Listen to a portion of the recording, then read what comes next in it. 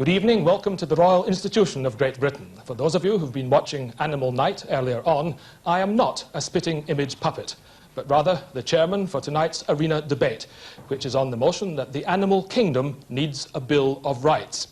Speaking for that motion will be the philosopher, Dr. Tom Regan, the theologian, the Reverend Dr. Andrew Lindsay, and Richard Ryder, who's a psychologist. And speaking against the motion will be the philosopher, Baroness Mary Warnock, Professor of Biology, Stephen Rose, and the writer, Dr. Germaine Greer. Also in the audience here at the Royal Institution, we've gathered together animal rights campaigners, politicians, scientists, animal trainers, animal behaviorists, and some good ordinary vegetarians and carnivores as well.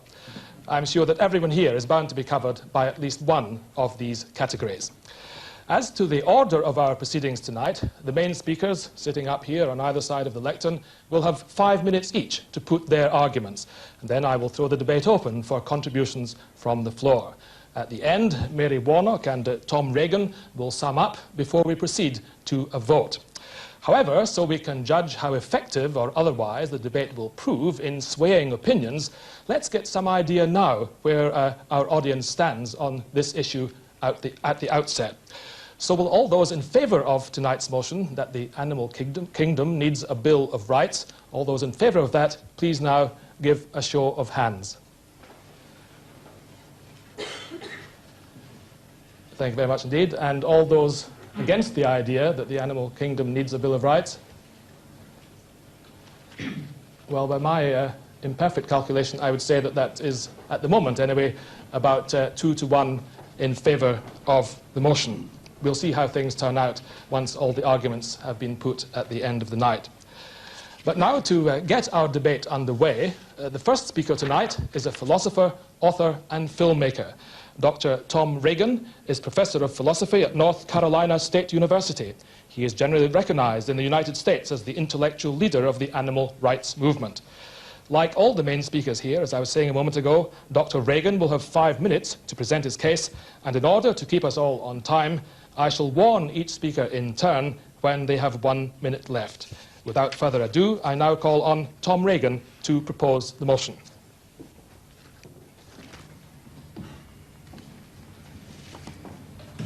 The other animals humans eat, use in science, hunt, trap, and exploit in a variety of other ways have a life of their own that is of importance to them apart from their utility to us. They are not only in the world, they are aware of it and also of what happens to them.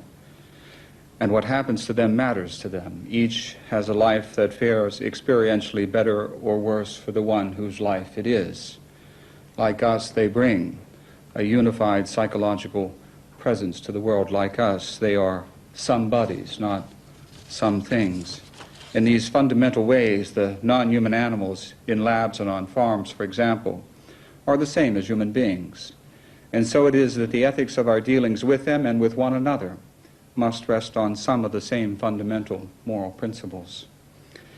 At its deepest level, an enlightened human ethic is based on the independent value of the individual. To treat human beings in ways that do not honor their independent worth, to reduce them to the status of tools or models or commodities, for example, is to violate that most basic of human rights, the right to be treated with respect. The philosophy of animal rights demands only that logic be respected, for any argument that plausibly explains the independent value of human beings implies that other animals have the same value and have it equally. And any argument that plausibly explains the right of humans to be treated with respect also implies that these other animals have this same right and have it equally also. As a result of selective media coverage in the past, to which this evening's debate is a notable and praiseworthy exception, the general public has tended to view advocates of animal rights in exclusively negative terms. We are anti-intellectual, anti-science, anti-rational, anti-human. We stand against justice and for violence. The truth, as it happens, is quite the reverse. The philosophy of animal rights is on the side of reason. For it is not rational to discriminate arbitrarily. And discrimination against non-human animals is demonstrably arbitrary. It is wrong to treat weaker human beings, especially those who are lacking in normal human intelligence, as tools or models, for example. It cannot be rational, therefore, to treat other animals as if they were tools, models, and the like, if their psychology is as rich as or richer than these human beings. The philosophy of animal rights is pro, not anti-science. This philosophy is respectful of our best science in general and of evolutionary biology in particular. The latter teaches that, in Darwin's words, humans differ from many other animals in degree and not in kind. Questions about line drawing to one side, it is obvious that the animals used in laboratories, raised for food, and hunted for pleasure or trapped for profit, for example, are our psychological kin. This is not fantasy. This is fact, supported by our best science. The philosophy of animal rights stands for, not against, justice. We are not to violate the rights of the few so that the many might benefit. Slavery allows this. Child labor allows this. All unjust social institutions allow this, but not the philosophy of animal rights, whose highest principle is that of justice. The philosophy of animal rights stands for peace and against violence. The fundamental demand of this philosophy is to treat humans and other animals with respect. This philosophy, therefore, is a philosophy of peace, but it is a philosophy that extends the demand for peace beyond the boundaries of our species. For there is an undeclared war being waged every day against countless millions of non-human animals. To stand truly for peace is to stand firmly against their ruthless exploitation. And what, aside from the common menu of media distortions, what will be said by the opponents of animal rights? Will the objection be that we are equating animals and humans in every respect, when in fact humans and animals differ greatly? But clearly we are not saying that humans and other animals are the same in every way, that dogs and cats can do calculus, or that pigs and cows enjoy poetry. What we are saying is that, like humans, many other animals have an experiential welfare of their own. In this sense, we and they are the same. In this sense, therefore, despite our many differences, we and they are equal. Will the objection be that we are saying that every human and every animal has the same rights, that chickens should have the right to vote, and pigs the right to ballet lessons? But of course we are not saying this. All we are saying is that these animals and humans share one basic moral right, the right to be treated with respect. Will the objection be that because animals do not respect our rights, we therefore have no obligation to respect their rights either? But there are many human beings who have rights and are unable to respect the rights of others. Young children and the mentally enfeebled and deranged of all ages. In their case, we do not say that it is perfectly all right to treat them as tools or models or commodities because they do not honor our rights. On the contrary, we recognize that we have a duty to treat them with respect. What is true of cases involving these human beings is no less true of cases involving other animals. Will the objection be that if other animals do have more, even if other animals do have moral rights, there are other more important things that need our attention? World hunger and child abuse, for example, apartheid, drugs, violence to women, the plight of the homeless. After we take care of these problems, then we can worry about animal rights. This objection misses the mark, for the rank and file of the animal rights movement is composed of people whose first line of service is human service. Doctors, nurses, and other healthcare professionals, people involved in a broad range of social services, from rape counseling to aiding victims of child abuse or famine or discrimination, teachers at every level of education, ministers, priests, rabbis. Dr. As Reagan, the lives of these people demonstrate, Dr. Reagan, could you do your best to bring your remarks to a the close in a choice minute or so? thoughtful people face is not between either helping humans or helping other animals. One can do both. We should do both. Will the objection be, finally, that no one has rights, not any human being and not any other animal either, but rather that right and wrong are a matter of acting to produce the best consequences, being certain to count everyone's interest and to count equal interests equally? This moral philosophy, utilitarianism, has a long and venerable history. Influential men and women, past and present, are among its adherents, and yet it is a bankrupt moral philosophy, if ever there was one. Are we seriously to inquire into the interest of the rapist before declaring rape wrong? Should we ask the child molester whether his interest would be frustrated before condemning the molestation of our children? Remarkably, a consistent utilitarianism demands that we ask these questions, and in so demanding relinquishes any claim on our rational assent. With regard to the philosophy of animal rights, then, is it rational, impartial, scientifically informed? Does it stand for peace and against injustice? To all these questions, the answer is an unqualified yes. And as for the objections that are raised against this philosophy, are those who accept it able to offer rational, informed answers? Again, the answer is yes. In the battle of ideas, the philosophy of animal rights wins, its critics lose. It remains to be seen which side emerges as the victor in the ongoing political battle between what is just and what is not. Thank you.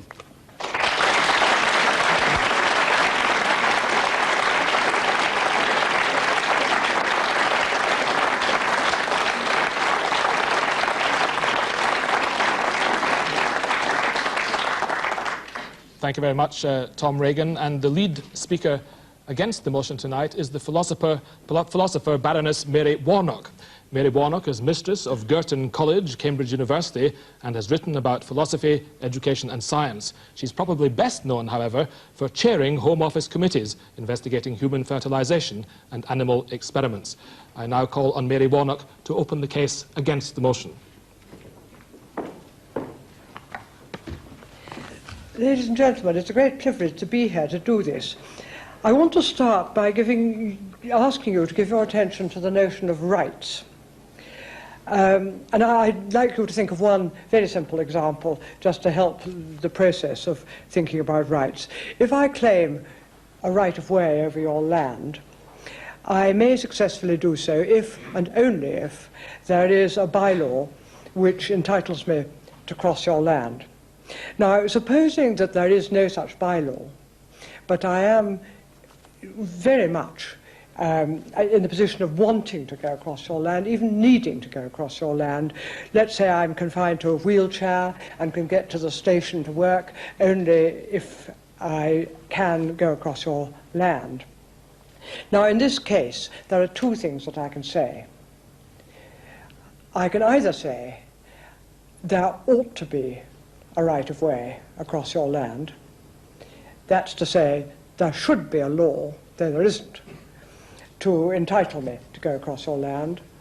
Or alternatively, I can say, you ought to let me go across your land, whether there's a bylaw to say that I have a right to do so or not. Now, if I put my case to you, that it would really be enormously convenient to me to go across your land, then if you're a decent kind of person, you will probably say that I may. And I will enjoy the privilege of going across your land on my wheelchair. Nevertheless, I could not, in this case, claim that I had a right to go across the land. And if you sold your land and somebody else bought it, I would have to appeal all over again to the purchaser's moral sense and good feeling to let me go across. Neither does your permission to me to go across the land entitle anybody else to go across the land. It is not a general permission. It's given to me because you are a humane, kind, right-thinking, charitable, agreeable, morally good sort of a person. Now, the point of my giving this simple example is to call attention to the difference between the case where there is a right that may be claimed and the whole multitude of transactions between human beings and between humans and animals where there is no right because there's no law, but we do distinguish between good behavior and bad behavior. I believe, in my own case, that I have a duty to talk to my pupils if they wish to talk to me, to be loyal to my colleagues, to be forgiving of my children, whatever outrages they commit, to be kind to my grandchildren, all kinds of things I believe to be my duty. And if I fulfill this duty to any extent, then so far I'm thought to be morally all right. And if I neglect my duty, I'm morally all wrong. Most of our transactions, one with another, can be judged in moral grounds, but cannot be talked about in terms of rights, because there are no rights governing the way we ought to treat our children, the way we ought to treat our colleagues, except in the extreme cases where there are laws to prevent committing criminal offences against either our children or our colleagues. Now, in the case of humans, people sometimes argue for a Bill of Rights. So we need to think what is good or useful about a Bill of Rights. And I'm not wholly convinced that it is always useful to have such a bill. But whether it's useful or not in every case, the point of a Bill of Rights is to call attention to certain needs that human beings have, which must not be neglected. Whatever the laws of their country, whatever the conventions may be. And the point of the Bill of Rights is that the needs of all people should be regarded as equal. And I insist on this point, which is very, very important to a Bill of Rights. A Bill of Rights is a bill to produce equality of treatment. If you like, equality of respect, but I'm never quite sure about what's meant by respect. But at any rate, equality of treatment, so that whether somebody's own country regards the rights and the way we ought to treat black people as equally important with the way that we ought to treat white people, whether their own country regards this as right or not, a Bill of Rights would ensure that black or white, child or grown up, whoever they are, their needs and their interests would be equally regarded. So the entire point of a Bill of Rights is to ensure equality. So now we need to raise the question, what would be a Bill of Rights for animals? Now, when we talk about animals, we're talking about vast numbers of creatures who have nothing in common whatsoever, except that they're non-human. And personally, I rather object to lumping all these creatures together and thinking of them as one sort of creature. A Bill of Rights for animals would indeed be a very weird Bill of Rights, because the purpose of a Bill of Rights is equality. And are we really convinced that a Bill of Rights should treat the needs to live of a virus as of exactly equal importance as the needs to live of, let's say, a young lamb or a young hen? Lady Warnock, I'm sorry, but to guarantee equality of treatment with Dr. Reagan, I'll have to ask you to wind up in about a minute. Thank you. Well, I certainly will. So the Bill of Rights has to suggest equality between all these animals. And that's one thing which makes me think that the motion to have a Bill of Rights for animals is really an absurdity. But the second and more important thing, which is my last point, is this. I am not at all certain what we really think that the Bill of Rights for animals ought to contain. Dr. Reagan says respect. But does that mean that we must never use animals in any circumstances for our own purposes? Because I suspect that this is what it means. First of all, obviously, it would mean that we must never kill animals for our own interest, whether for the table or to get them out of our rubbish heap if they're flies or whatever it is. We must not kill them, because that would go against their basic right, presumably, which is the right to life. But what about using them?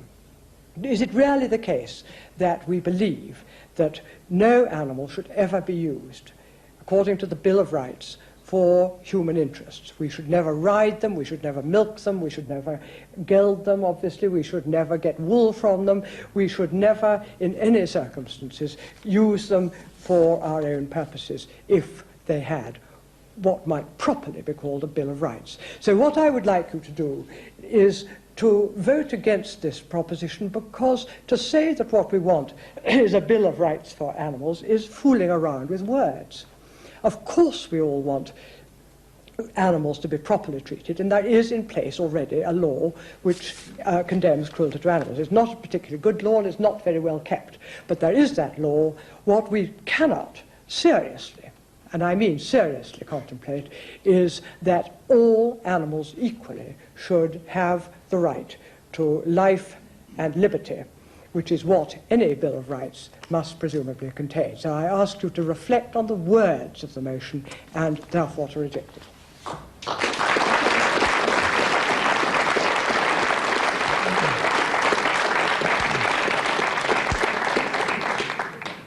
Thank you, Lady Warnock. And now we have the second speaker for the motion, and he is Richard Ryder, who studied animal behaviour at Cambridge University and Columbia, then for many years practiced as a clinical psychologist in Oxford. He became a key figure in the animal rights revival of the 1970s and is currently a director of the RSPCA. Richard Ryder.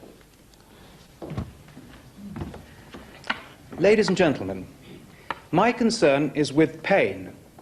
The pain and distress and misery of millions of non-human animals throughout the world, at this very moment being tormented in laboratories, often for trivial purposes such as the testing of cosmetics, imprisoned in small cages in factory farms, being bled to death in slaughterhouses, struggling with broken legs in steel-toothed traps, impaled by harpoons, dying in polluted and poisoned habitats, being skinned alive in Oriental kitchens, or being baited or hounded to death here in Britain.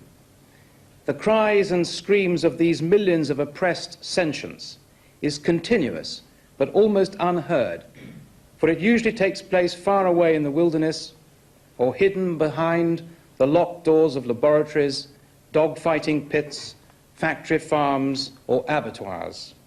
A secrecy which in itself suggests that we know itself produces more and more evidence to support the common sense view that many non-human animals suffer pain, terror and distress in much the same way that we do ourselves.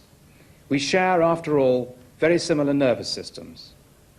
Charles Darwin's theory of evolution taught us that instead of there being a huge difference between us and the other animals, that we are in fact all related. Today, therefore, we must ask the question, if that is so, why do we continue to abuse, exploit, and tyrannize our kin? There are, of course, several reasons. We exploit non-humans for profit, but we also do it out of sheer unthinking convention. We've always done it, so why not continue? We also bully the other species because they are weaker than us and because we foolishly think it is manly to do so. Such misplaced machismo is responsible for much violence and cruelty in the world today, from football hooliganism to the vandalism of blood sports. The new green movement, of which the campaign for animal rights is an important part, must fight this Rambo destructiveness. Only Mrs. Thatcher seems to think that it is green to wear fur. It's because the other animals can suffer that we should care about them. To argue that we are allowed to cause them pain for our selfish human benefit merely because they are of a different species is speciesism, a prejudice just as irrational as sexism or racism, which emphasizes physical differences while overlooking the great psychological and moral similarity that we can all suffer. It is, of course, wrong to argue that the suffering of some is justified by the benefits of others. This is the notorious argument that ends can justify means. It's been used by tyrants for centuries. It is used sometimes today by factory farmers, seal killers, and especially by animal experimenters. If this argument is sound, then they could logically use human subjects in their experiments. Infants, for example, of a lesser intelligence than laboratory animals. They'd certainly produce more accurate results. What an awful prospect. Or are they admitting to being speciesists? If so, they're basing their case on sheer emotion, for there are no rational grounds for putting our own species on such a pedestal. Sheer logic, as well as compassion, is on the side of animal rights.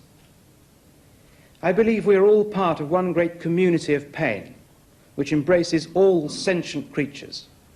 Each year, about 100 million animals die in the world's laboratories, 300 million in the fur trade, and 500 million in British slaughterhouses alone. Mr. Ryder, could you try and finish in a minute, please? Yes, indeed.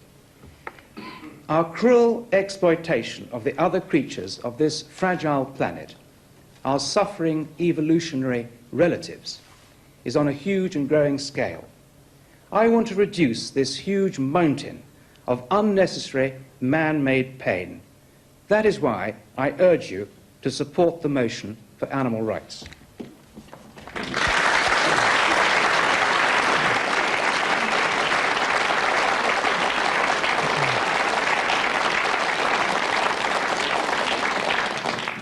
Thank you, Mr. Ryder.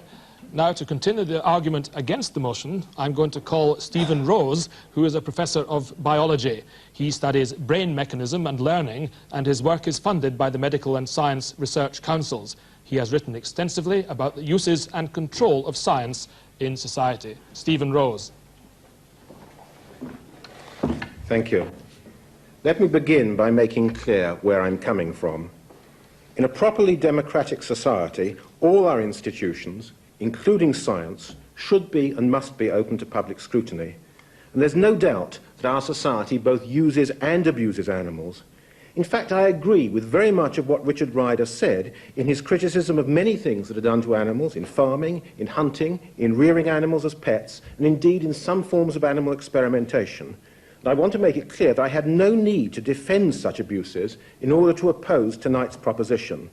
Nor would I ever accept the Cartesian view which Richard Ryder attacked, that non-human animals can be regarded as pain-free machines, so that one can do what one likes with them without it mattering. But this is precisely the point. Animal rights people seem to want it both ways. On the one hand, they argue that animals are sentient, as Richard did, and therefore, like humans, they have certain rights. On the other, they maintain that there are such great discontinuities between animals and humans that animal experiments can tell us nothing relevant to the human condition. This is frankly nonsense. The biological world is a continuum. The basic biochemical mechanisms by which we tick are very similar in most other organisms, and if they weren't, even the food we eat would poison us. Many human diseases and disorders are found in other mammals, which is why we can learn how to treat them by research on animals. Animal activists claim there are alternatives to the use of animals, but for many human diseases this sadly just isn't true. Understanding and treatment has demanded the use of animals and will continue to do so for the foreseeable future. There's no way, for instance, that the biochemical causes of the lethal disease diabetes or its treatment with insulin could have been discovered without experiments on mammals. And we can't use tissue cultures or bacteria or plants to develop the treatments needed to alleviate epilepsy or Parkinsonism or manic depression. Anyone who tells you anything otherwise is either ignorant or lying. Unless, of course, we experiment on humans. And that's just the nub of the question. Just because we are human, any discussion of rights must begin with human rights. How far are those rights to be extended? Does it even make sense to talk of extending them to the animal kingdom? The animal kingdom, as Mary Warnock reminded you, isn't only composed of cats and dogs, mice and monkeys. It includes newts, slugs, lice, wasps, mosquitoes. How far do you want to extend your concept of rights? To not swatting a mosquito sucking your blood? To preventing your cat from hunting and killing a rat? Does an ant have as many rights as a gorilla? Most people would say no. I think most animal writers are really arguing that the closer animals are to humans, biologically speaking, evolutionarily speaking, that is, the more rights they should have. So where does the cutoff come? Primates, mammals, vertebrates? Now, the moment you concede that question, you realize that the decision is entirely arbitrary, that it is we as humans who are conferring rights on animals, not the animals themselves. And put like that, you can see that the debate is not like that about human rights, about women's rights, about black people's rights, in which the oppressed subjects of history stand up and demand justice and equality. It is an argument about how we, as humans, should behave. And it's just here that the biological discontinuity between humans and other animals becomes important. Our concern for how we treat other species springs out of our very humanness as biologically and as socially constructed creatures. We don't expect cats to debate the rights of mice, so the issue is not really about animal rights at all, but about the duties that we have just because we are human. I'm quite sure we do have such duties, to behave kindly to other animals with a minimum of violence and cruelty, not to damage or take their lives insofar as it can be avoided, just as we have duties to the planet's ecology in general. But these duties are limited by an overriding duty to other humans. I have a much loved and exceedingly beautiful cat, but if I had to choose between saving her life and saving the life of my child, I would unhesitatingly choose my child. What's more, I'd save any human child at the expense of my cat, and my cat at the expense of a fish. And so would the vast majority of people in this room. That is species loyalty, speciesism if you like, and I am proud to be a speciesist. Could you finish in a minute, please? I certainly can. Let's be blunt. We live in a world reeking with injustice and oppression, extremes of wealth and poverty, city yuppies and starving peasants. You'll step over the beggars in the street as you leave Albemarle Street this evening. In Britain, we don't even have a Bill of Human Rights, and to talk of one for non-human animals without achieving that minimum is little short of obscenity. I'm very uneasy at the extent to which the animal rights movement harbours in its midst political groupings which are not in the least concerned about human injustice. Never forget that in the 1930s, when the Nazis launched their extermination campaign against lives not worth living, from Jews and gypsies to the mentally ill and retarded, they also passed laws against non-human animal experimentation. There is no automatic relationship between a concern for animal rights and one for human rights. I wish there were. I'm appalled at the air of sanctimony and hypocrisy that comes off many animal rights activists. On that side of the platform this evening, there was a boycott of Ken Livingstone speaking on the grounds that he was not a vegetarian. I regard that as grotesque. Messrs Reagan and Lindsay may, if they wish, refuse insulin if they are diabetic, L-DOPA if they have Parkinsonism, antibiotics or surgical procedures which have been validated on animals before used on humans. But I categorically deny them any right to impose their personal and extremely privileged morality on the rest of suffering humanity. I urge you, therefore, to speak up for human rights, to recognise human duties, to avoid magical thinking, to respect non-human animals, and to reject this proposition.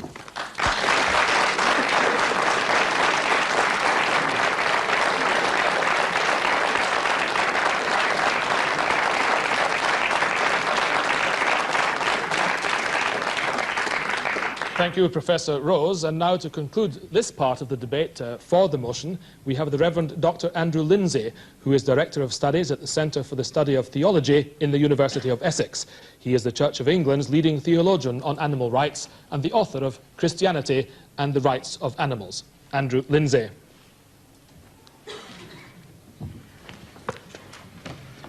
Good evening, ladies and gentlemen. When Mahatma Gandhi came to this country, he was asked by a reporter at London Airport what he thought of Western civilization. He paused for a moment, and then he said, I quote, "Yes, I think it would be a good idea." And I must say, having heard Stephen Rose this evening, I have to agree with Gandhi especially. Our so-called Western civilization has been based on the relentless, unremitting exploitation of animals. We hunt, ride, shoot, fish, eat, wear, trap, cage, factory farm, and experiment upon billions of animals every year. The figures speak for themselves. 500 million animals slaughtered every year in the United Kingdom, 6 to 9 billion in the United States, 30 to 40 million laying hens in battery conditions, unable to spread a wing, unable to see daylight, and standing permanently on sloping wire mesh. Is this the proper treatment of animals, Mary? 3 to 4 million experiments on animals every year, 100 million in the US, 3 to 4 million in the UK. Is this the proper treatment of animals of which Mary speaks? Some of them causing intense and prolonged pain. 1,000 unwanted dogs are destroyed each week by the RSPCA alone in this country. In terms of life, death, suffering, deprivation, the treatment of animals ranks as one of the major moral issues of all time. And this exploitation has been defended intellectually by a number of key religious arguments that I want very briefly to address. It is argued, for example, that animals have dominion, that humans have dominion over animals, and therefore they can do as they like to other animals. In fact, the biblical meaning of dominion does not mean despotism, but moral responsibility and stewardship. It is argued that animals have no immortal souls, a very favourite religious argument. Whereas, in fact, in the Old Testament in particular, there is no suggestion that animals do not possess soul or spirit. And even if they did, it is difficult to see how the non-possession of an immortal soul could make the infliction of pain and suffering any easier. It is argued that humans are superior to animals. Well, on our side, we certainly hope so. We hope that we are capable of fair-mindedness, Stephen. But also, we hope that we are capable of generosity, self-sacrifice, altruism, even gentleness. But it is precisely on these grounds that we ought to be seeking a better world for animals and doing better for them. It is argued that animals are in some way put here for our use, or that they belong to us. But of course, theologically, the truth is they do not belong to us. It is God's world, not our world. Each living, sentient creature has its own God-given worth and value. And most importantly, of course, of all, it is argued that animals do not possess rights. And what does it mean by saying that animals do not have rights? It means historically, whether you like it or not, it means that animals are things, can be treated as things, as resources, as means to human ends, as laboratory tools, as units of production. This is what this debate is really all about. But what I want to say is that I think God is the source of all rights, both for humans and for animals. That God has rights as the creator, the right in particular to have what is created treated with respect. And if we on our side press the language of rights, it's because we believe the heart of this debate is not about feeling, not about taste, not about philanthropy, but about justice. It's about what we objectively owe animals as creatures, and in particular what we owe the creator of all. The arguments that have justified the abuse of animals are, in short, intellectually threadbare, theologically ill-conceived, and certainly biblically unsound. Could you wind up in a minute, please? By all means.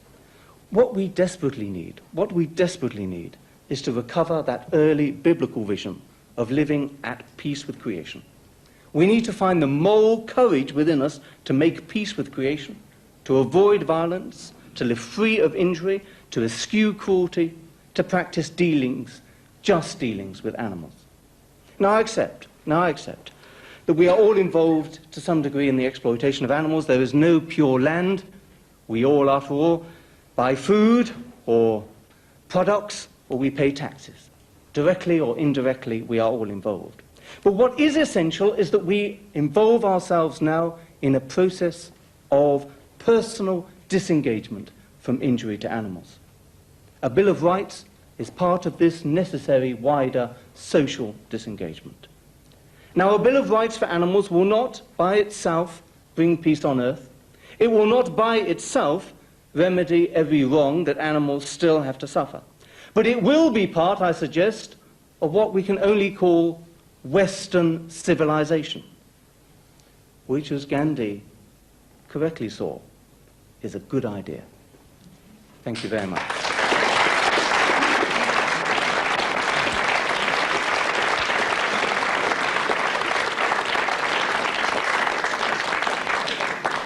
Thank you, Dr. Lindsay. And the last of the main speakers against the motion tonight is the writer Germaine Greer, who achieved international celebrity with the success of her very first book, The Female Eunuch. Dr. Greer says that her latest book, Daddy, We Hardly Knew You, is not really about her father, but about the destruction of the Australian ecology. We expect her to take an equally original line in this debate. Germaine Greer. All my life, I've been mocked by reference to rights. Rights which were apparently unenforceable and therefore didn't really exist at all. I've been very interested in the assumption this evening that a Bill of Rights for animals would of course be a Bill of Rights for non-human animals. It seems to me that human beings are animals, and we have a lot to learn by understanding our continuity with the rest of the animal kingdom. It seems to me that, in fact, we are all involved in a sort of symbiosis, human beings and other animals as well. And that if you look at this symbiosis, you see that it works in a series of concentric circles. On the inner face of the circle, we are altruist. On the outer face of the circle, we are egotist. Say it begins with me and my sister. When we're competing for our parents' love, the circle is the sisters against each other, two enemies. When our parents try to invoke parental rights against us, the sisters become a unit. And so we could go on spreading this circle We can be human beings who are altruist in the interest of other human beings and who will defend the rights of human beings against encroachment by others on the outside. Suppose we take Falciparum plasmoides as an example. I don't think we're going to plead animal rights when it comes to trying to stem the revival of malaria, for example, even though we have to kill billions of other animals. I'm not sure if insects have been really involved in this evening's discussion. There seem to be some arbitrary limits on what the animal kingdom might be taken to be. It is, in fact, a matter of moral choice. I can decide whether I am part of a collectivity involving other women, which I have done, which is why I call myself a feminist.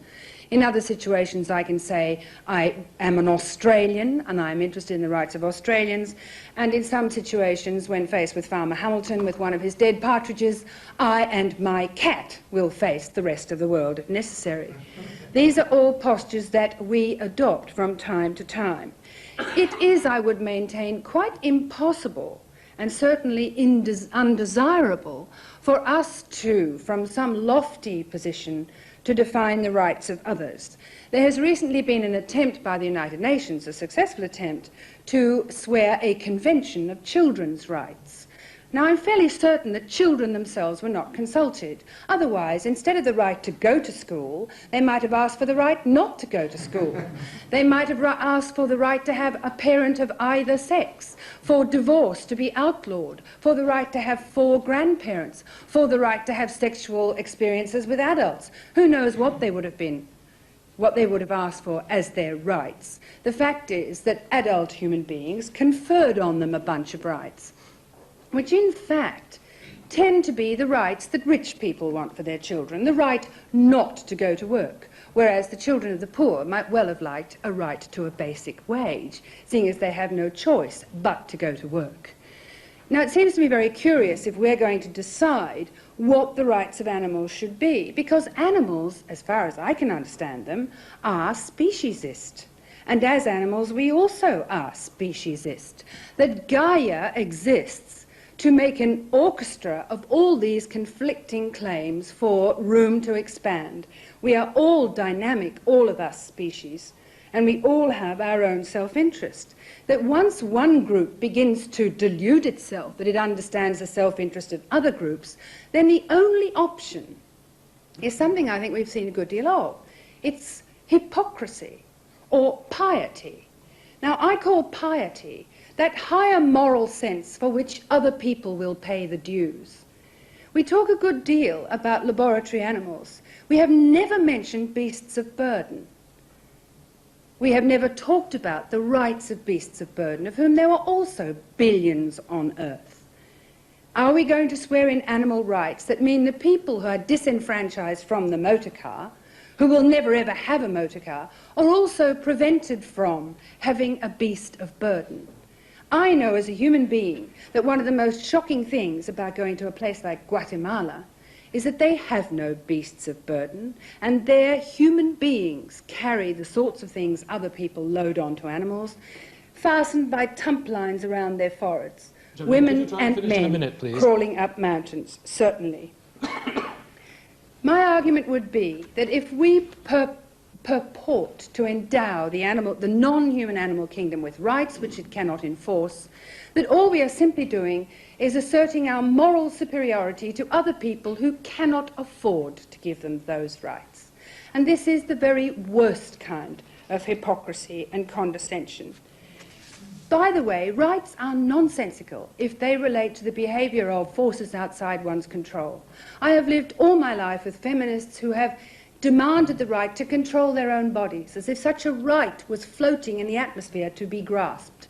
The right I most frequently read about when I read about animals and ethics is the right not to be harmed.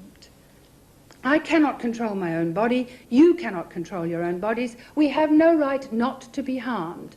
Life is pain and struggle.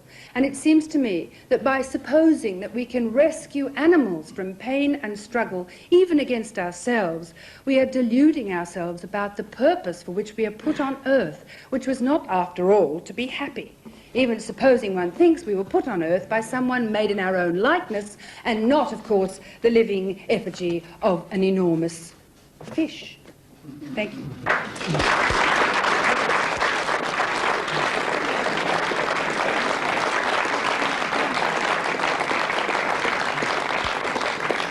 Thank you very much indeed, Germaine Greer. Well, that concludes the formal opening round of this debate, and now comes the moment to open proceedings up to the floor.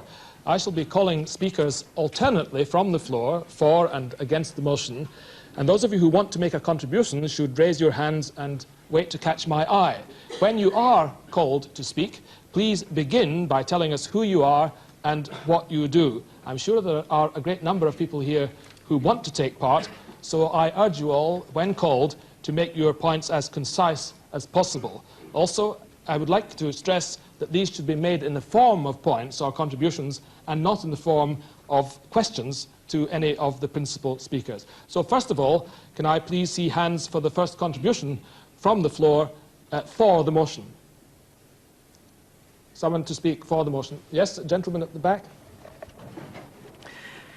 My name is Alan Long of the Vegetarian Society.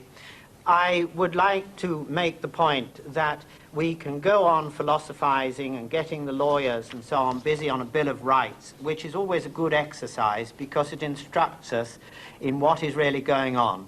The opponents of this motion belong to a world of mimsy, which we see only too much this time at Christmas.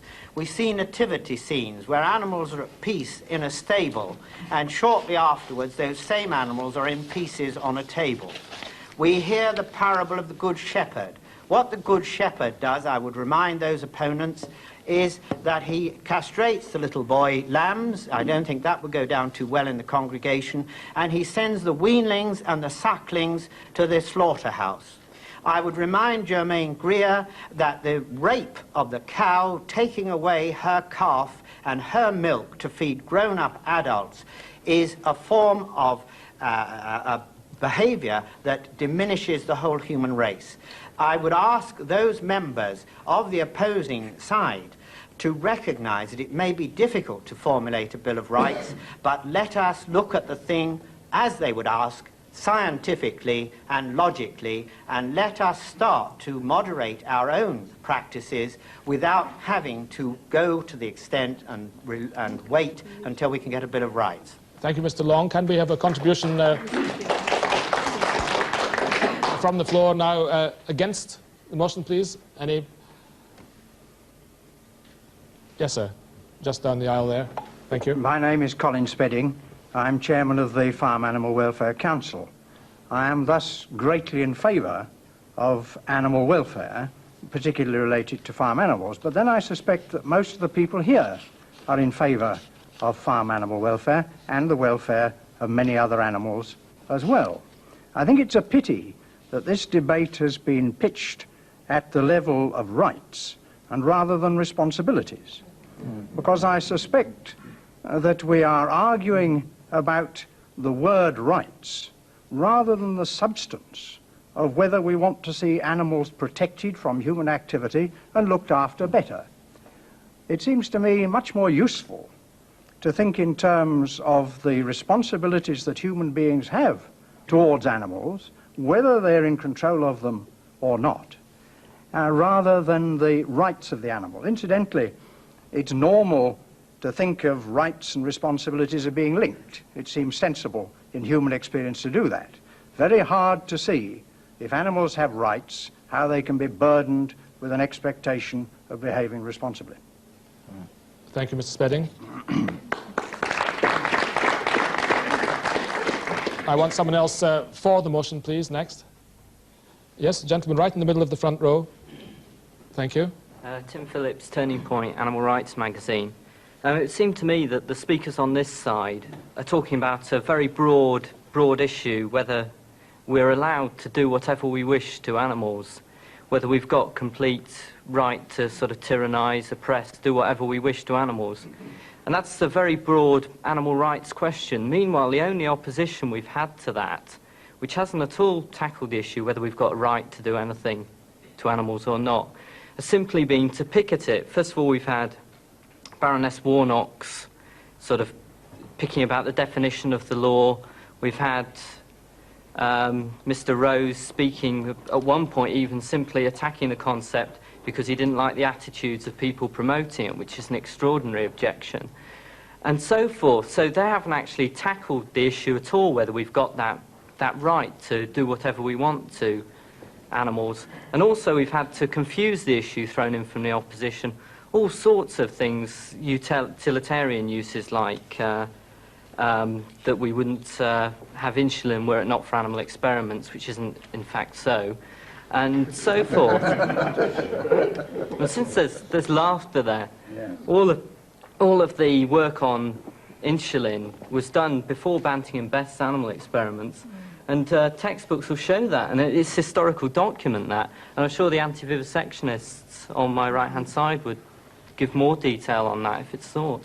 Right, thank you, but we'll come to them later perhaps, but now someone against the motion, someone else. Yes, the gentleman behind Professor Rose there. My name is Stuart Roth.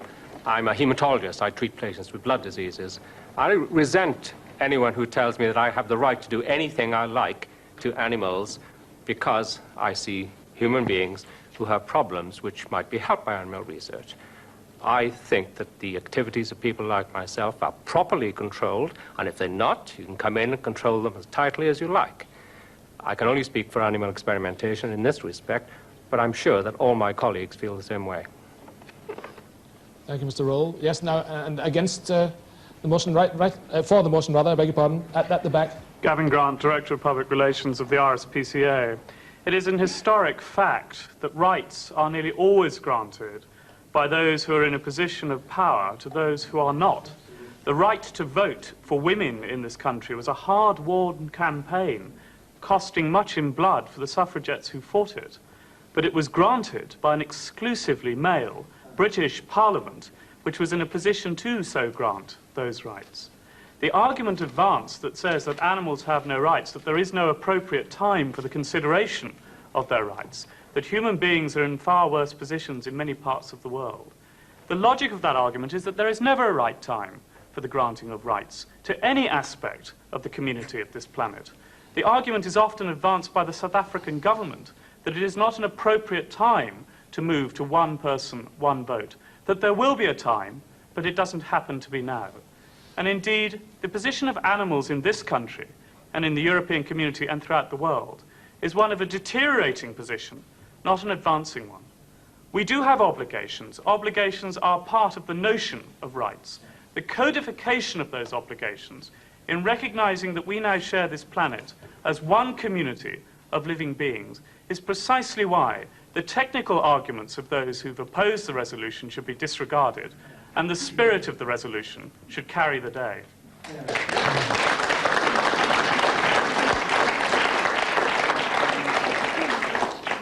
Now looking for someone else to back up the opposition to the motion. Since there's a microphone near, we'll take that gentleman there, yes? David Henshaw, I'm a journalist. One of the things I find curious about many supporters of animal rights is the low view they have of their own species, other human beings. If all scientists who experiment on animals are sadists, this seems to me very curious. It doesn't seem also very likely.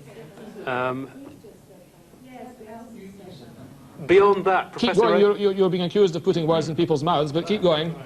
Well, if a lot of animal experiments are simply not necessary, then why are they being carried out? The people carrying them out must be sadists. Quite clearly, scientists are not sadists. There may be one or two who are sadists, but most scientists are not sadists. Right, thank you. So, I want to go on to say that Professor Reagan said that animal rights is the cause of peace, not violence. And I'm sure he believes that. But it does raise the question, why then do so many supporters of animal rights firebomb restaurants, place bombs under cars, set fire to department stores? Right, thank you very much indeed. Now, how many butchers and slaughterers do we can't allow this to degenerate into, or turn into a general trading of things across the floor. We want to speak for the motion now. Why don't we have the lady in the middle of the third row? Okay, well, going back to responsibility. Your name, please, and what you do. Sorry, I'm Rebecca Hall, and I'm a writer. I write about animals. I've written about animal rights, about animal consciousness, and I'm founder of Writers Against Experiments on Animals. To go back to responsibility, it is to respond with ability, and I think by the very tenor of the speeches of the people in favour of rights, we can tell that they can respond with ability. They have a great warmth about them, whereas the speakers against have a coldness. But I'd like to ask Stephen Rose why, if he thinks experiments on animals are so useful, we have more and more sick people, while we have more and more doctors, more and more researchers, and more huge hospitals. And there certainly is, I would put it, a correlation between fascist thinking and the kind of attitude we have to animals, a very definite correlation. And I would like to ask also, what is wrong with slugs, ants, mosquitoes, flies and rats? I know and appreciate them all, and I don't think we have a right to kill any of them. What is wrong with them? But I want him to answer, eventually, if he can, why we have more and more sick people if science is advancing us in any way. I say it isn't. Well, and there is an organisation of doctors against vivisection who are putting this point very adequately. It's an international organisation, and they're growing all the time. I suggest he's behind the times. I'm very far behind. All right, as I said earlier, this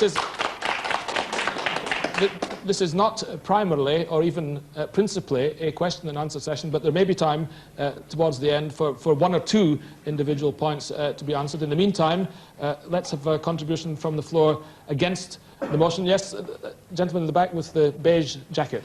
Well, my name's David Hibbling, and as a circus ringmaster and a circus animal trainer, I'm probably the bête noire to many people in this room. And yet I would probably go along with a bill for animal rights. But who says what goes into a bill for animal rights? Because if many people in this room were to choose what would go into a Bill of Rights, then certainly I would be prevented from carrying on within my community with the animals that I work with 24 hours a day, which I am extremely fond of and care for, do not ill-treat, and I believe are perfectly happy in their environment. Thank you very much indeed. Yes?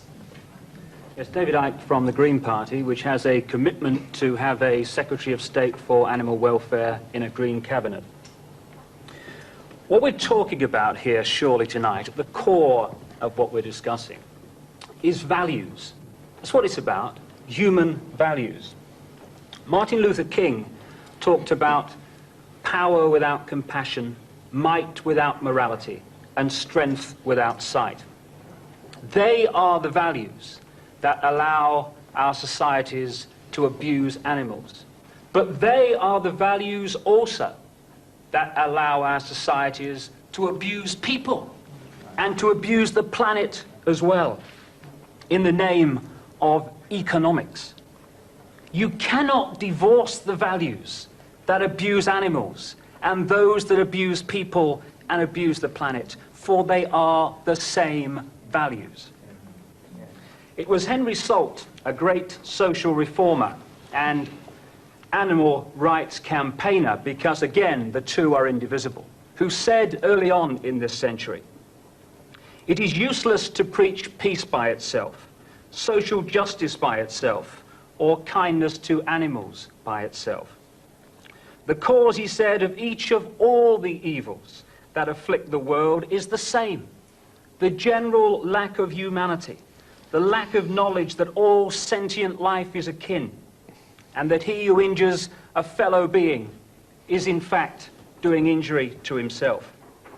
It is not this bloodshed or that bloodshed that must cease," he said, "but all needless bloodshed, all wanton infliction of pain or death upon our fellow beings. And if the people who run this country and run other countries do not see that, then maybe they do need a Bill of Rights for animals to constantly remind them. For that will do if we start treating animals with dignity. That will do as much for people. Because if we have a society that treats animals with respect, love, and dignity, we will have a society and a world that treats people and the planet with love, respect, and dignity. As Gandhi said, finally, the greatness of a nation can be judged by how its animals are treated. And on that basis, this country and many other countries are not great. It's about time they were. And if that takes a Bill of Rights, then so be it.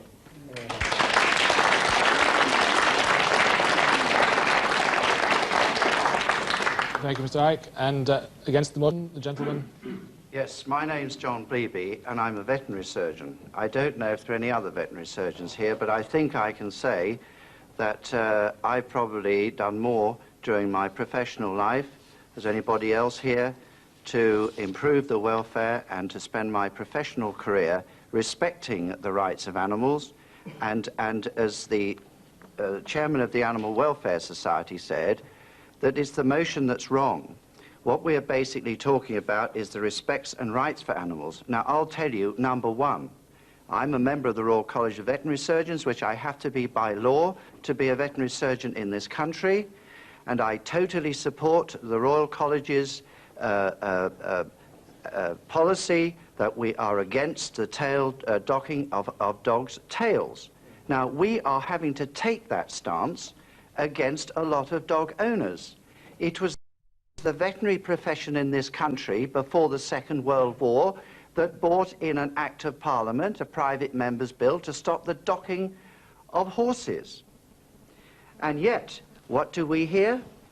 We hear this lady on my right talking about slugs and snails and things like that.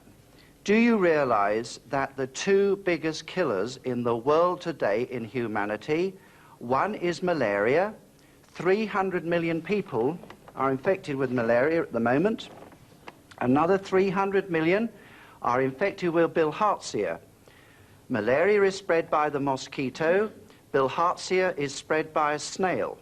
Now, are you going to condemn those 600 million people to continue to suffer debilitating and nasty diseases because by this Bill of Rights, because you haven't said whether it means that you're not going to kill animals? Presumably it does. And just mention this, if we can't kill animals, if I as a veterinary surgeon am called to an animal that is sick and dying, with your Bill of Rights, I can't put that animal painlessly to sleep. The other thing too is that if you can't kill animals, what are you going to do, for example, about rabid dogs and rabid foxes that are spreading rabies? And also, eventually, of course, you do realize that if you can't kill animals, there will be far fewer animals in the world because a lot of them will not be bred and will not be there. For example, people won't be able to go out and look at lambs gambling in the field because who's going to breed them? So therefore, if you have a Bill of Rights in the way you say it, and not in the way that we say it, that we just be practicable and sensible and respect animals and do our best to improve their quality of life and so on, then you're going to have fewer animals in the world, and some of them will be condemned to a lingering death. Thank you very much indeed. Lady in the front for the motion. For the motion. Yes, I'd like to pick up, we've heard a couple of times of the good being done, hopefully, to human beings by the use of animals in laboratories. Can I just say, everyone is very concerned Sorry, I didn't ask if your name and My name is Jen Creamer, and I'm General Secretary of the National Anti-Vivisection Society. And our society has done many years of research into the so-called value of animal experiments, and we've found that there isn't any. What we have found is that nothing has been gained from animal experimentation. All the major advances in medical research have been by studies with people. If you look at cancer, heart disease, diabetes, all of these have been pushed forward by studies in people, and it's just the money that's going into laboratories which makes vivisectors want to claim all the great successes in clinical research for themselves. The other point I'd like to pick up on is this talk about diseases around the world. 50,000 people around the world are dying every day due to diseases directly related to malnutrition and dirty water. Killing animals in laboratories does not cure that. What those people need is clean living conditions, clean water, and food. Animal experiments will not cure malnutrition. Thank you very much indeed. Someone else in opposition to the motion? You're against? Yes? Yes. My name's Steve Armstrong, I'm a journalist. Can you say that again, please? Sorry, my name's Stephen Armstrong. I'm a journalist. Thank you. I'd like to say that, briefly, just before I go on, that whilst obviously animal experiments can't per se cure malnutrition, it could be argued that to give farmers in Ethiopia adequate access to oxes and stuff to plough their land themselves, which would, be an exploitation of that ox, would help towards curing the malnutrition of certain people in the village. I think that's... It'd be better off growing the food. But I mean, for ploughing the field, for example. But they've got to eat it. Go on, Sorry. please. Anyway, I mean, it seems that a lot of people are saying that people who oppose the Bill of Rights for Animals are absolutely saying we should continue in the way we are treating animals. And I don't think anyone in the front row ever said that we should go on with the way we're treating animals. Obviously, there are unnecessary cruelties going on. Obviously, we're torturing animals in particularly brutal and inefficient ways. Sorry. But are we going to put a straight dividing line at any stage and say that below this line we will not continue experimenting with animals? We must surely approach animals in a flexible way, because certain animals should perhaps be treated differently to others. It seems that we're being attacked for absolutism, which we're not. You're for the motion? Yes, for the motion. Yes, sir. I'm for the motion, and yet... your name and occupation, please? Yes, my name is Hillel Avidan. I'm a rabbi, and I represent a tradition which has had a Bill of Rights for animals for the last 3,000 years. And indeed, the treatment of animals was never regarded as more important than the treatment of human beings. But I don't think we ever went so far as to legislate for insects or to suggest that animals couldn't be used as beasts of burden. Indeed, they could. And I would hate to think that any legislation would rob human beings of the right to use animals for ploughing fields, etc. The Bible certainly allowed this, but at the same time protected the rights of the ox, the rights of the ass. This animal welfare legislation in Judaism has continued developing up to the present day. What I've seen today this evening, is a certain amount of extremism creeping into the discussion, because I believe that everybody here cares for animals, but there are lots of people in the world who don't care for them, and for them, legislation is necessary. For years, people thought that the conscience was sufficient to banish or abolish slavery in the United States of America. It wasn't. It was only when legislation was introduced that slavery was abolished. Legislation is also required before most people will start treating animals properly. Thank you, Rabbi. Against the motion, the gentleman in the tartan shirt, yes? Doug Richardson, Zoological Society of London. When we had the vote at the beginning of the proceedings, I did indeed vote for the bill, but it really wasn't qualified. I think had it been, if we were just discussing should animals have a quality of life, then yes, certainly I would still go with the bill. Judging by what some of the speakers have said tonight, I think it would make my job in particular rather difficult. It's becoming recognized that captivity can be one of the ways of saving species from extinction.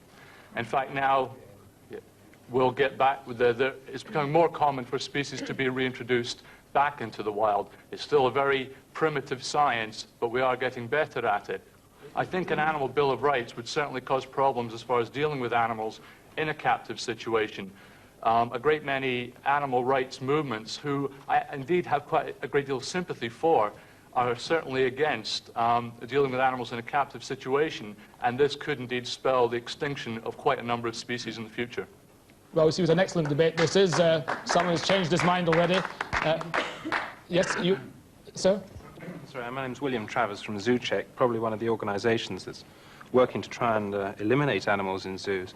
I just wanted to focus in on one area and say that I think that one of the problems that we have is access to information, and that certain access with regard to laboratories and to places like Porton Down, for example, slaughterhouses, we don't have adequate access, we don't have adequate understanding, and I think that that breeds ignorance. But we also have a problem with undermining the very things that the concept of the bill tries to do. The concept of the bill is to try and inculcate understanding, respect, and what we do by taking children to zoos and to circuses and keeping animals in schools for their own laboratories and to a certain extent with pets is that we undermine all those things with regard to respect. because we show animals in, or we present bored animals, we put across the idea that they are valued because they are in captivity, because they are behind bars, because they are on concrete, because they are in an unnatural environment. And all these things, the hidden agenda of what we do to animals in public life, actually destroys the very things that we, as a sort of evolving society, it certainly seems in the last couple of years, are trying to do. So I think personally that we should vote for a Bill of Rights, if not because of the nitty-gritty, which we haven't yet established, but for the concept of it, rather than to argue against it, simply because we don't like the idea of change. Against? No. Against? Someone against just that? No? Agnostic. That's not allowed. More or less against. James Serple, Research Associate in Animal Behaviour at Cambridge Vet School. I'm getting the impression that the protagonists of this debate are now shifting the goalposts. They're saying that we're not really asking for a Bill of Animal Rights because such a thing is impossible, but we're just asking people to think more carefully about our responsibilities towards animals and to think about the welfare of animals and how we can improve the welfare of animals, which I think everyone in this audience would probably agree with. What really surprises me is that none of them have so far addressed a very major point which has been raised by all the three speakers here, and that is we are dealing here with animals with whom our interests from time to time do conflict. We can't live in a vacuum as human beings. We can't isolate ourselves completely from animals in this world. From time to time, those animals' interests will conflict with our own. And the question then is, whose rights do we uphold? Do we uphold our rights to live at the expense of the animals, or the animals' rights to live at our expense? And I would like someone, I know I'm not supposed to raise questions, but I would like someone to take up this point. Well, Dr. Regan, of course, will be summing up for that side at the end, so if not before, he can deal with that point. Yes, sir? Yes, my name is Shaheen, and I'm a student of philosophy at King's. And I just want to make a few brief points, but to start with the theological one first. That a lot of the early Christians were actually vegetarians and pacifists, and the two go together. And a lot of them came from the Essene community, and some of them were forced to be fish vegetarians, just as Eskimos are forced to eat meat because they have no choice. Now, the real question is that we don't really have any justification in crucifying an animal just for our dinner and for our lunch, when we could just easily change to a better taste. And really, one cause of war comes down to meat eating. That's one of the root causes. Thank you very much. Now, we want someone against the motion. The gentleman sitting right in the middle of the third row. I'm Roland Terry. I'm a professor of biology, so may have a special interest in this. But, and what I'm going to make sounds a rather flip remark, or could be taken that way. It's not meant as such. My wife and I could become vegetarians, but our dearly beloved cats wouldn't think very much of it. What are we going to do about them? You start. You lead the way. Well, is that... Thank you very much. No, you've been in already, sir. You're for the motion? Yes? Yes, I'm Judith Hampson. I'm an independent consultant in animal welfare, but my primary interest is actually the development of human potential. It seems to me that what this debate is about us and about who we are in this matter. We've been having this kind of discussion for over 100 years now, and we haven't got very far. And I would submit the reason we've not got very far, there are two reasons. One is there are real dilemmas in this issue. If you take the issue of animal experimentation as the one particular issue that I'm involved in, there really are dilemmas. I accept that animal experimentation has made a contribution to medicine as we understand it at least, and is continuing to, and it does save human lives. I don't know what the answers are to that dilemma.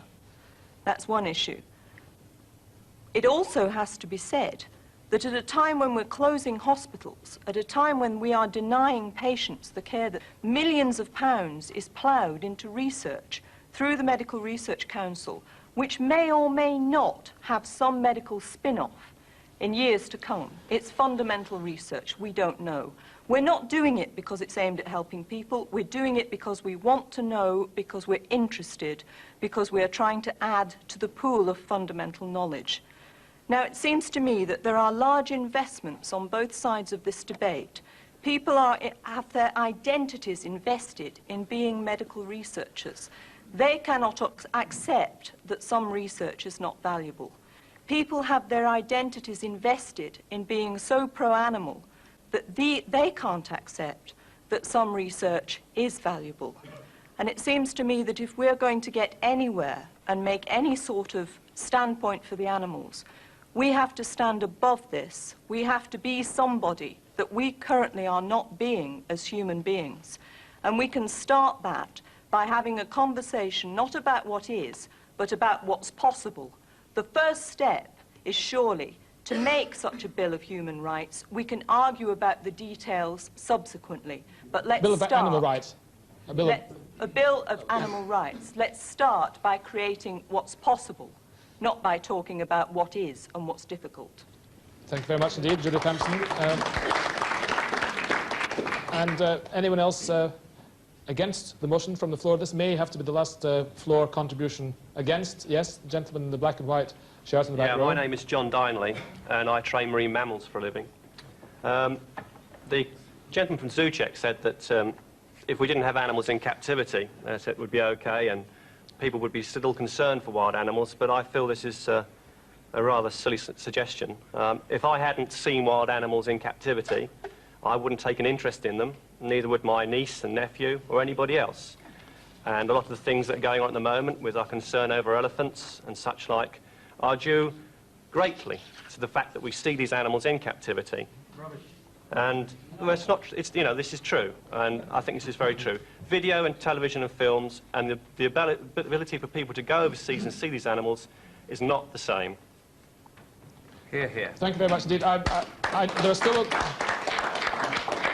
There are still a number of hands up, people wanting to come in and take part, but I'm afraid we have no more time for this open part of the debate. At this point, however, before we come to the summing up speeches from the front benches, so to speak, and then the vote, I'm going to exercise the chair's discretion and ask two of the, it seems to me anyway, the most burning questions from the floor, one to each side. And if I could ask Richard Ryder, first of all, who was for the motion, of course, to deal with the point that Mr. Beevy raised, which was that what do you do about things like rabid foxes, about the slugs which cause bilharzia in Africa, and about the mosquitoes that cause so much death and suffering from malaria. If you could just deal with that point, please, before... I think we should emphasize the species that we have very good grounds for believing are sentient, that's to say, are conscious and can suffer pain. That's what we should get on with. That covers all the mammals to start with and a lot of other species as well. And that is more than enough to be getting on with. Let's start arguing the toss about the insects at this stage. Let's get on with trying to save the other non-human mammals, the reptiles, and one or two of the more intelligent octopuses and squids, who certainly do suffer pain and indeed can suffer psychologically as well. Those are the ones we should be concentrating on, the ones that certainly suffer pain. And what about Professor Terry's cat, who would fade away altogether if he and his wife became vegetarians? Well, no, he wouldn't. I mean, I think that some species are carnivores, but we are not. We have a choice on whether or not we eat vegetables or meat. All right, thank you very much indeed. Now, it seemed to me that the most powerful point coming from the floor contributions and addressed to this side of the House was the research in animals actually achieved for medicine anyway. Rebecca Wall, for example, asked the question specifically of Professor Rose, if research does all this good, why are more and more people ill all the time? Could you make a response to that, yes, Professor Rose? Yes, indeed. First, let me say I agree with Judith Hampson about many of the points that she made earlier about the relationship between the orientation of medical research. The choice is not between medical research and hospitals. The choice is mainly in this country between medical research and military research. We live in a country which spends more than half its annual science budget on military research. That's where to draw the line, not to try to counterpose medical research with hospital research. I also those people who said that the major grounds for death and poverty and misery and ill health in the world are malnutrition and poverty and those diseases that go from the fact that we live in an extremely unequal society. That is indeed a focal point at which we ought to be aiming. But the contrast with that, again, is not to say that medical research does nothing, not to adopt an absolutist position, but to recognize that there are a very large number of diseases and conditions, both of affluence and of poverty, ranging indeed from diabetes and indeed to Parkinsonism and epilepsy, indeed to operations for coronary heart bypass and so on, where in fact you have to work on animals to begin with if you want to save human life. If you do not wish to save human life, if you privilege animal life above human life or equal with human life, you have no dilemma. If you do privilege human life, the dilemma is clearly there. If you want to save human life, you have to sacrifice animals. And I'm sorry, there are no options. Professor Rose, thanks. And now, before we move on to the vote, we're going to have brief formal summing up speeches from the lead speakers on each side, Dr. Reagan for the motion and Mary Warnock against. So first of all, I invite Mary Warnock to sum up the case against the motion. How long do I get? 2 minutes. Well, it's a difficult thing to sum up this debate, but I think there are 2 points which seem to me to have emerged. And the first is that there's an enormous amount of agreement here that I think everybody present here is deeply against animals being treated with cruelty. And cruelty means causing gratuitous pain. And I think that probably goes for any animal, that we don't want to cause them gratuitous pain. There may be some animals that don't feel pain, so cruelty doesn't arise, but everybody is against gratuitous cruelty. So what is emerging, I think, is that if there were a Bill of Rights for animals, it would be a bill that contained one clause, namely that animals should not be treated cruelly. Now, we already have a law against cruelty to animals in this country, not altogether, and we are all of us aware that cruelty to animals still exists, but it seems to me that we could say, instead of asking for a new Bill of Rights, we should bend our attention more to ensuring that the present law is actually observed. There has been no answer to the question which animals are to be covered by the Bill of Rights. There was no answer to the question whether a rabid fox, which is, as I understand it, a mammal, should be put down for the sake of humans. If the rabid fox should be put down for the sake of humans, or a rabid dog, then the rights of these animals are to be sacrificed when necessary for humans' sake. And if we're told we don't have to bother too much about flatworms and so on, then this seems to be a very curious Bill of Rights for animals, if we can pick and choose among the various species which we are going to protect by this bill and which are not. But the main point I want to bring out, and I think it's come out again and again as the evening has gone on, the concept of moral obligation, the concept of doing well by people, of caring for the welfare of animals or of people, is a much wider concept than that of any rights. And when we heard the vet speaking, who has devoted his life to the welfare of animals, and people who spoke who were interested in the welfare of farm animals, it surely is the case that these are the people we ought to support and make sure that their work is fully funded and well done and is not in any way inhibited by people making extravagant claims for animal rights. Finally, I would say that it is perfectly obvious that if the animal rights really existed and we were not permitted by law to exploit or use animals for our own sake, then it is perfectly clear that the domestic animal, as opposed to the feral animal, would actually go out of existence. And that seems a curious outcome for a Bill of Rights.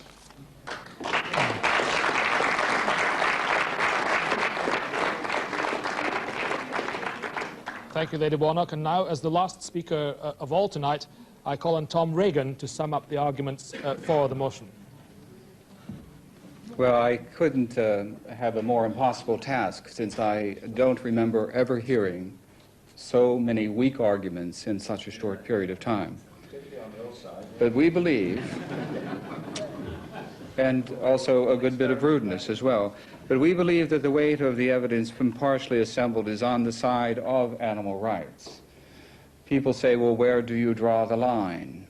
Which animals? This bespeaks a profound failure to read the philosophical literature in which this has been discussed over the last 10 years, something no educated person taking part in this debate should take any pride in. I would have thought I was listening to a collection of sophomores at times. It takes my breath away. What happened to Peter Singer? What happened to Stephen Clark? What happened to my own work? What happened to Bernie Rollins' work? I have no evidence at all that anyone representing the opposition has read so much as a single page of this philosophical work. I have no evidence. I have no evidence. None. No evidence. None. I have not heard a single member of the opposition challenge a single argument of the philosophers and the theologians. What I have heard instead are things like the following. There are no human rights. Only legal rights. Only if the law recognizes them do we have rights. This is again part of the utilitarian tradition. Bentham, moral rights nonsense upon stilts, but that's not part of another major part of Western moral tradition, and that is that the law's obligation is to accord with the moral rights that people have independent of the law, anterior to the law. The tradition of the natural rights theorist, the tradition on which the animal rights philosophy stands. We are claiming that there are moral rights apart from the law, and again, that the obligation of the law is to recognize, respect, and protect those rights. We are told by Professor Rose that we are bestowing rights upon the animals.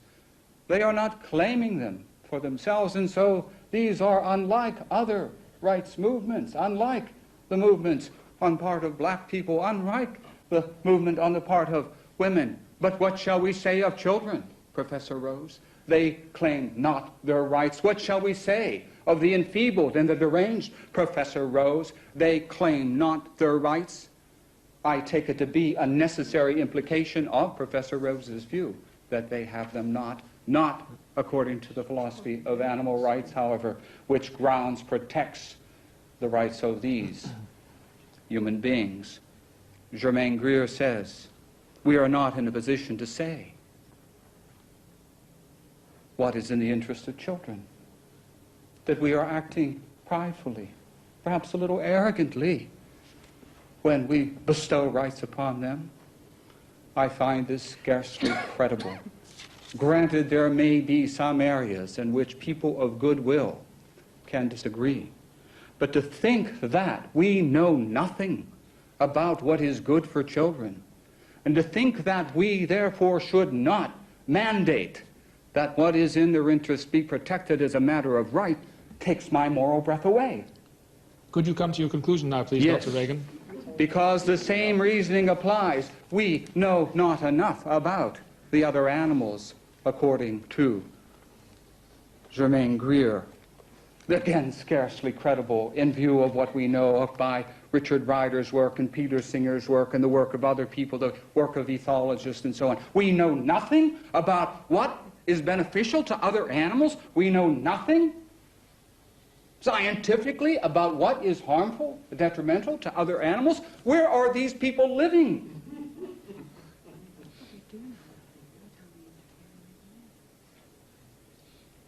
In the end, then, what I sense is the following, that the issues have not been joined, that there is still the lingering suspicion and, I dare say, belief that we are the master species. Oh, we have rights. It's the rest of creation that doesn't. Thank you very much.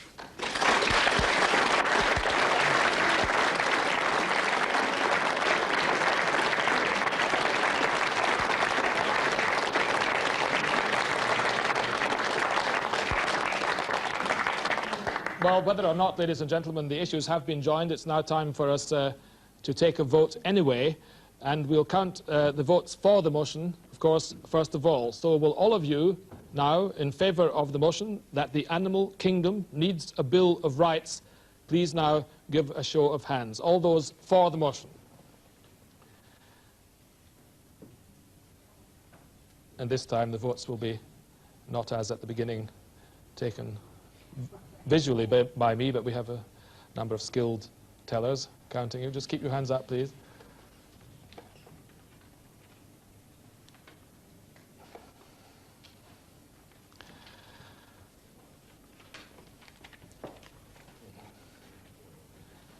All right, thank you very much indeed. And now, those of you against the motion, please show.